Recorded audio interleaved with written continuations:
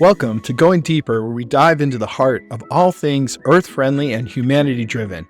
I'm your host, David Steele, and each week I'll be bringing you inspiring conversations with remarkable guests who are leading the charge in sustainability, visionary leadership, and planet-saving projects. From climate warriors to innovators, we'll explore the stories, strategies, and secrets behind driving change for a better world. So join me on this journey to unearth the wisdom and insights that will empower you to make a lasting impact. It's time to go deeper, and together we can shape a brighter future. All right. I'm super excited about this episode of Going Deeper. And the first thing you'll notice, we are in nature. We're not on paddle boards. And I'm super excited to do this podcast with my new friends, Ixchel and Dustin. Hey. And we're at this beautiful property, and you could see off in the very distance the ocean. We're, I don't know, maybe 1,000 feet up. It's a lot cooler up here, and it's just absolutely stunningly beautiful. So we thought we would actually walk around and have a talk about what they're creating out here. So first I'm going to have Ixchel tell us a little bit about it. And the property is called Yacumama. Such a beautiful name too. So I'm just delighted to get to spend time with you. Can you tell us about this property, how you came about it, and what's your guys' why? So it was a lot of prayers that brought us to this land. I actually received this vision through the medicine of ayahuasca about 20 years ago. I just kept seeing this vision of community and families living together and people living, connected to the earth, and a place where we have flowing water and a food forest, a medicine forest, and we could just live together and create beauty. And so I kept seeing it in visions again and again, and knew that, sometimes you see visions and it's a little bit ahead of the time. Mm-hmm. And so it was just a matter of time for it to ripen. And, I've been living in Bali. My dad is Balinese. I've been living there for about 20 years. And, we've been creating a lot of that in Bali. And I just knew that there was somewhere that was more pristine and where we could have more space. And we were really just asking, where in the world is it? Like, that's really holding that pristine energy. I can't wait to walk around and show people what you've done here. Dustin, how many trees have you planted here? We've planted over 3,500, and that's been in about the past 4.5 years. A lot of native species, and that's what we were planting in the original, the first couple of years, the native species. Because before we arrived to this land, it was cow pasture. And so the soil... This was cow pasture? This was all cow pasture. And so about half of the land was forest and about half was cow pasture. Mm-hmm. And so the first things that we were doing in the process of regeneration was planting a lot of the native species to help to bring more nitrogen and more shade cover into the soil. And since then, we've been able to heal up a lot of the soil, and so we've been able to plant a lot more of the tropical fruit trees and a lot of sacred plant medicine as well. I want to walk around and see some of the things that you've done, and the one thing I want to put this flavor out there, in San Diego, and when we're talking about sustainability in the U.S., it's that how can we reduce? How can we be a little bit more environmental? How can we do something? And there's nothing wrong with that, right? How can we not use single-use plastic bags, whatever have you. But since I've been here in Costa Rica, it's like the next level. We're talking about regeneration. How can we make the land better than it was when I came? How can I leave the land better than it was? And how can I leave the indigenous people? How can I honor them? Because this is their land. You might have the title to it, but this is Costa Rica, and it really made me happy to hear all that you're doing for the indigenous people as well. So I'm going to want to hear about that. But let's walk around and see what you planted. Yeah, it's so cool. And so just to go back to the creation story for a moment, when we were asking for where are we supposed to be, we were actually at a party in Encinitas, California. So there was a woman that I met at a party there, and she said, I really want to support you. How can I support you? And I said, well, our deepest prayer is, we're calling forth the land where we're going to create this eco-village. And she took my hand and closed her eyes and started channeling. And she said, it's in Costa Rica. And I literally got full body electric rushes. And I was like, oh my gosh, we need to go to Costa Rica. And that was in Encinitas. That was in Encinitas. So amazing. It's amazing how it's all connected. Is this like luxury glamping? This is actually a yurt where we have ceremonies. So it's cool. It's where we have a lot of our medicine ceremonies. We have a few different spaces on the land where we have ceremonies. That's really neat. And a lot of luxury glamping and cabins. This is just beautiful. So these trees you planted? We planted all of these. These are one of the the pioneer species. It's called an ice cream bean. And so they grow really quickly and they give a lot of biomass back to the soil. So, the first thing we did when we got here is a permaculture master plan. And we had Itai Halbin, who's one of the most incredible permaculture designers in Costa Rica, help us out. And so he really guided us to start with planting these everywhere. And so, there's fruit trees all around. I attended a workshop about this. This was one of the ones that we tried, the ice cream. Amazing. Bean. Yeah, we'll see. The mother and father of all these trees is down there. We basically just planted seeds from the mother and father ice cream beans. And so, a lot of the trees that we planted are already fruiting. That's incredible. I've been working with tropical permaculture for 20 years, and coming to Costa Rica, I'm discovering so many fruits that I never even knew existed before. Wow. That's amazing. I know I took a workshop from Stephen Brooks at Envision Fest, and he's like an encyclopedia. He's like, oh yeah, I planted that tree 8 years ago, and I planted that, and I planted this. And he was wearing a fruit headdress. The Church of Fruit, yeah. The Church of Fruit. Yeah, he's such an inspiration. Wow. This is beautiful. That's the same tree. That's the same tree. That's a lot of, the trees that we planted. And then there's so many other varieties all throughout here. This is a baby jackfruit tree. And so that's going to grow, giant jackfruits that can be like 20 kilos. I have a super level of appreciation because I feel like I have a distinction where I can really grow things in San Diego, but I work so hard on the ground and adding emoluments and doing all these things and making sure the water is perfect. And you dig a hole and put a plant in. Yeah, one of the great things that we have on the land is, when we talk about regeneration, we talk about creating a closed loop system, where there's nothing that's getting wasted. So all the toilets on the land are composting toilets. So we've been feeding, all of the trees with humanure. And, when they get that amendment of humanure, they're just like pop and they start fruiting. We're eating fruits from trees that we planted only a few years ago. Amazing. Are we going down? Yeah, we can go down here. These are the Garcinia amarilla. Often take one of those. Are they edible? Yeah. They're little fruits. You don't eat the skin, but or the seed inside. Yeah, they have a big seed and not much fruit, but it's an interesting fruit that I've never seen anywhere else. Mm-hmm. It's good. It's like a little tangy. Not super sour, not super sweet. Did you build all these stairs already too? Yeah, this is actually a new pathway that we're just building, so it's pretty new, but it has an amazing ocean view. I know why Dustin is so fit now. So these are the mama and the father ice cream beans. Oh, wow. Here. So when we had just got here, we harvested probably well, you could see all the beans on it. Yeah, 300 of these, and they all contain about 10 to 15 different seeds inside.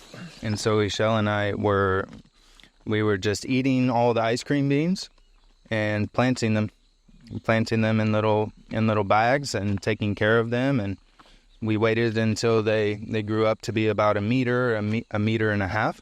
Mm-hmm. And that's a lot of the trees that we were just showing you. Those were the first ones that we planted around here. That's so cool. I love Costa Rica, and I've been looking at different communities because I pretty much decided this last month that it feels like I'll be here in 2027, 3 years. And when I was driving up into your place, I'm like, wait a minute, this is a road. This is a road that comes almost all the way to your place. And I'm like, that's pretty rare. It was really nice and convenient and easy. You might not know what I'm talking about on the podcast, but a lot of the roads here in Costa Rica aren't quite done yet. So what they're calling roads that you're driving on are pretty rough. Dustin, share some of your vision of the land here. Yeah, the vision that we've been working towards these past 4.5 years, it's been to create an eco-village. It's been to create spaces. We've been reading the land. Not only have we been doing the process of the regeneration and all of the planting, as we've been in the process of learning how things work here in Costa Rica, we've really been reading the land because the overall vision of Yacumama is to be a community where a lot of our friends from our global family around the world, they can come and live here. To be able to raise their children, to have their gardens, and as well for us to continue to co-create together. And so the overall vision is what we've seen here on the land. It's 37 hectares, 92 acres. About half of that is secondary forest. And we've seen where there's about 9 different family lots scattered throughout the land that will give enough people enough space to be able to have room to grow, room to build their home, and as well a lot of privacy. And so that's kind of the process that we're working towards. And in the meantime, we've been able to dial in a center, a transformational center, in which we've been hosting many different retreats this past about a year and a couple of months. And so that's what we've been doing in the midterm while we're getting all of the different things in order and continuing to listen to the land of what wants to go, and also creating the culture here at Yacumama to be able to attract our friends that want to live in a sustainable community and be able to live in harmony as a family. I saw the community center. Beautiful. Oh my God, that station. I just wanted to come and co-work there every day. That place was amazing. Yeah, the Shala, that was one of the first spaces that we were able to create here. And so that's been kind of like our multifunctional space. It's been our office. It's been our dining hall. It's been our gym. It's where we've done ceremonial work. It's where we've had dances, welcome the community around here. Because here in Ixchel, it's a very small pueblo. It's a very small village. And there's a lot of families here that have been moving the last couple of years because there's an alternative school called a Life Project Education. And a lot of children are coming here, and a lot of parents are flying down and moving their entire families because of their care and their desire for their children to have a lot more of a supportive environment and a more natural environment to grow up in and to learn from. That's really cool. Ixchel, can you tell us about what you're doing for the indigenous folks here? So a really big part of why we're here is to have a space to bring the community together in prayer and in celebration, working with the sacred medicines. That's also been a very deep part of my process of spiritual evolution and growth over the past 20 years. And so we bring different tribes here that we work with, from the Wirarica tribe from Mexico, the Yawanawa tribe from Brazil, the Shipibo tribe from Peru. And so, it's kind of a cross-cultural immersion that people get to, learn about the culture, the healing plants, the songs, with the Yacumama tribe. It's so much about bringing the community together in celebration. And so, a lot of, what Dustin mentioned, the families that are here in Ixchel, they bring their children even to come and, be with these tribes and to learn together. So it's, one of the things that inspired us to create this is to have a place to host, the people that we want to support and we want to learn from. Mm-hmm. And so over the past, even just the past year, we've been able to raise close to, I think, 150,000 for indigenous tribes that we've worked with, and just over the past year.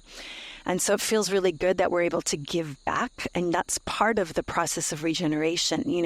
Permaculture is not just about, plants and building. It's about culture. It's about, making sure that culture is sustained. And so when we're creating a bridge for these cultures, that's supporting their culture. It's supporting, all that money gets to go back then to their villages. And we've also helped to support and work with the Buruka tribe, which is the people who were the original inhabitants of this land. That's really neat. So we've helped to create, a maloka for them. They come and teach workshops here on, local herbs and plants. They've also done a lot of classes with the local school here, where they, the children have classes here and learn about the local culture and, do art, like mask painting and things like that. That's really neat.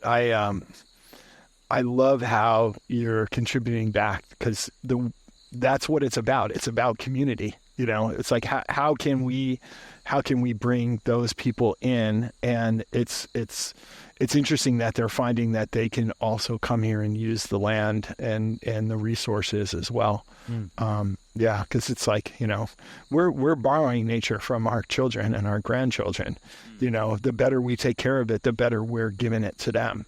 So it's I've been completely taken back on this journey, because I've met so many people that have been uplifted to a culture like yours, where it's like, no, this is more than just, recycling. This is, what we're doing is we're, creating the life that we wanted to have in nature, and it's really a beautiful thing. And do people sometimes come here and volunteer and work on the land to kind of just learn? Yeah, we definitely have volunteers. And we're also starting a community residency program where people can come for longer periods of time, co-work together, co-create. That's really cool. And, we're working on really creating that spiritual culture. So there'll be classes for people to deepen their devotional practices every day. And, they'll have food, high vibe organic food made for them, and they can come and work on their creative projects and, also take part in the cultural immersions that we have here. And, with those cultural immersions, it's like really building a bridge between the ancient wisdom of the indigenous cultures and then the things that have supported us in our journeys. It's like we incorporate a lot of dance, breath work, authentic relating, yoga, the things that kind of work well with the deep, We're doing a podcast. You're not trying to sell me on coming here. Yeah, it sounds amazing. I noticed so many things, but as I drove through the gate, I noticed, what looked like a Buddha that I might have seen in Bali. And then it made sense when you said, oh yeah, I'm Balinese, but it's really cool to see the statues and just the things you've put in the community. You haven't had this land for that long, right? Just a couple of years? Yeah, it's been just over 4 years, but we've only been creating for about 3.5 years, because we've been, we've been in Bali for, half of the year, most of the time. And so 3.5 years. Well, I'm going to have to come back every year. So I can, maybe every 6 months. No, it's beautiful here. How long does it take to go to get to the ocean from here? It's about 10-minute drive. Yeah. And so that's one of the most biggest blessings about being here at Yacumama is we have the ocean that's just 10 minutes away, but we feel so private and tucked away. And here at Yacumama, this is the east side. There's a river called the Little Turtle River with a lot of different pools, and a lot of that water that's pulsing through. You have a waterfall here too, don't you? Yeah, and it's just right down there. It's about 3-minute walk from here. And over on the west side as well, we have a creek that's coming from a lot of the springs on the land. And to go back a little bit of, kind of where the vision came from and where the name came from, Yacumama, and what does Yacumama mean? It's an ancient spirit. It's a guardian spirit of the waters, a protector of the waters. It's the mother of the waters. In the Quechuan language, the ancient language of the people of the Andes, Yacu is water. So Yacumama is mother of the waters. And so that's the essence of what we've been able to ground in here. It's a lot of the focus on the elemental powers and the purity of the waters that are pulsing on this land.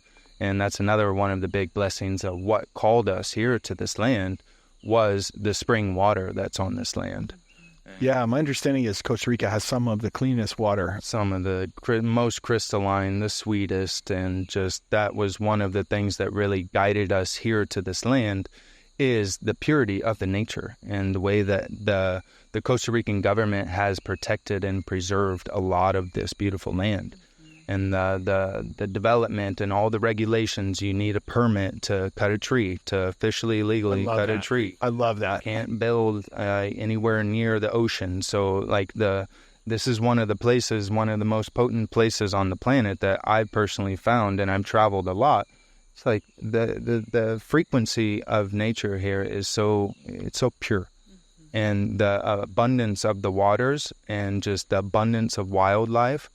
We can hear the symphony constantly, and the amount of birds that are just perching here that call this jungle home. So this place is beautiful, and you live in this, you live in this place where you can get up and meditate and just step into nature and feel connected. What can people do that are, kind of listening that, kind of want to feel more connected to nature besides saying go to the beach or go to the park, That's a really good question. I mean, depends on where everybody is at, but nature is all around.